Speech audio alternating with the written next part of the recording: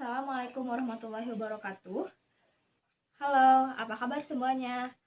Perkenalkan, nama saya Eliza Nur Fauzia. Pada kesempatan kali ini kita akan membahas mengenai materi ceramah. Ini merupakan materi untuk kelas 11 SMA, Bahasa Indonesia semester 1. Sebelum memulai pembelajaran, saya akan memberitahukan mengenai kompetensi dasar yang akan kita pelajari hari ini. Nah, saya ingin bertanya, apakah hari ini kalian sudah mendengarkan ceramah? Di mana kalian mendengar ceramah? Ceramah mengenai apa sih yang kalian dengar? Nah, memang ya ceramah ini sangat dekat dengan kehidupan kita sehari-hari. Kita dapat dengan mudah menemukan suatu ceramah, baik secara langsung maupun tidak langsung.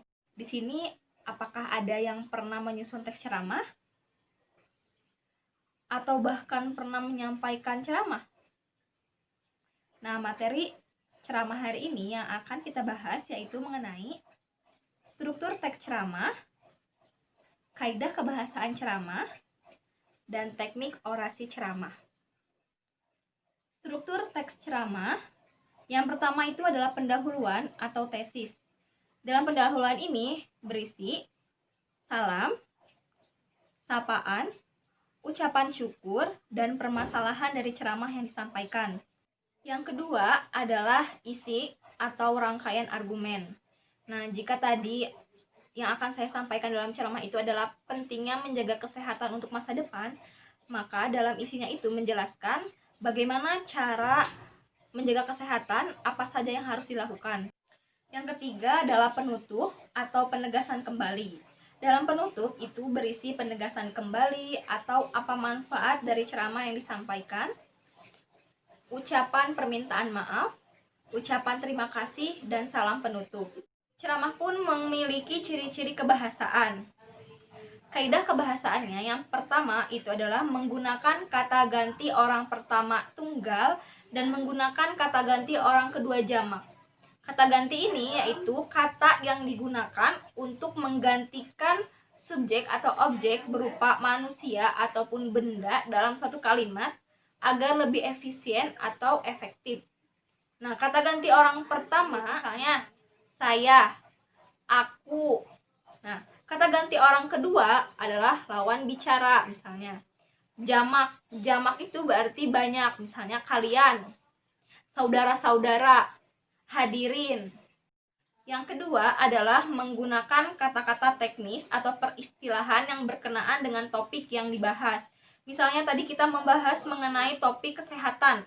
Berarti kata-kata yang akan muncul dalam ceramah tersebut adalah misalnya vitamin, stamina, karbohidrat, mineral, protein. Dan ketiga yaitu menggunakan kata-kata yang menunjukkan hubungan argumentasi atau sebab akibat dan yang menunjukkan hubungan temporal atau perbandingan dan pertentangan.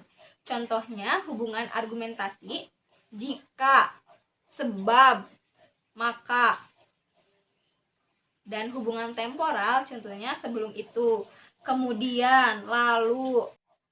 Yang keempat yaitu menggunakan kata kerja mental. Kata kerja mental ini digunakan untuk mengutarakan suatu respon atau reaksi individu ketika dihadapkan dengan suatu sikap, kondisi, atau pengalaman. Contohnya memahami, mengkhawatirkan, menjaga, sedih, tertawa. Yang kelima yaitu menggunakan kata-kata persuasif. Kata-kata persuasif ini yaitu kata-kata yang mengandung suatu ajakan. Contohnya, ayolah, marilah, diharapkan. Cara menyusun teks ceramah yang baik yang pertama adalah menentukan topik. Jadi, apa yang ingin disampaikan. Yang kedua adalah tujuan. Jadi, untuk apa ceramah yang disampaikan. Nah, tujuan ini ada dua ya, ada tujuan khusus dan tujuan umum. Tujuan khusus ini terbagi ke dalam 3. Yang pertama adalah tujuan ceramah informatif, yaitu menyampaikan informasi kepada pendengar. Yang kedua adalah persuasif, yaitu mengajak.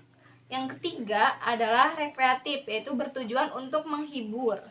Nah, tujuan khusus ini adalah tujuan yang lebih rinci atau lebih terarah daripada tujuan umum. Yang ketiga adalah menyusun kerangka ceramah. Dalam penyusunan kerangka ceramah ini disesuaikan dengan kemampuan masing-masing ya, karena setiap orang berbeda-beda, ada yang menyusunnya secara rinci, ada yang secara singkat. Yang keempat yaitu menyusun ceramah berdasarkan kerangka. Nah, kerangka yang sudah kita buat, kita kembangkan lagi menjadi suatu teks yang utuh dan baik. Agar dapat menyusun teks ceramah yang baik, saya sarankan kalian banyak-banyak membaca dan menyimak ya. Nah, ketika suatu teks ceramah sudah selesai, itu tidak beres sampai di situ ya. Kalian harus menyuntingnya agar mengurangi kesalahan atau menyempurnakan teks ceramah kalian.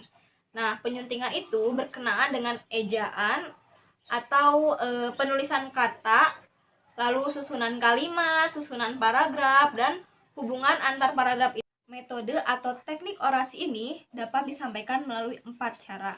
Yang pertama itu adalah impromptu. Impromptu ini yaitu menyampaikan ceramah tanpa persiapan. Nah, biasanya yang menggunakan metode ini adalah penceramah yang memiliki jam terbang berceramah yang cukup tinggi. Yang kedua itu adalah menghafal. Jadi menyampaikan ceramah dengan menulis terlebih dahulu teks ceramah lalu dihafalkan. Yang kedua adalah membaca naskah, yaitu menyampaikan ceramah dengan naskah yang lengkap. Yang keempat itu adalah ekstemporan. Ekstemporan ini yaitu menyampaikan ceramah dengan menulis hal-hal yang pentingnya saja sebagai catatan. Nah, itu adalah materi mengenai teks ceramah. Mohon maaf bila banyak kekurangan. Terima kasih atas perhatiannya. Wassalamualaikum warahmatullahi wabarakatuh.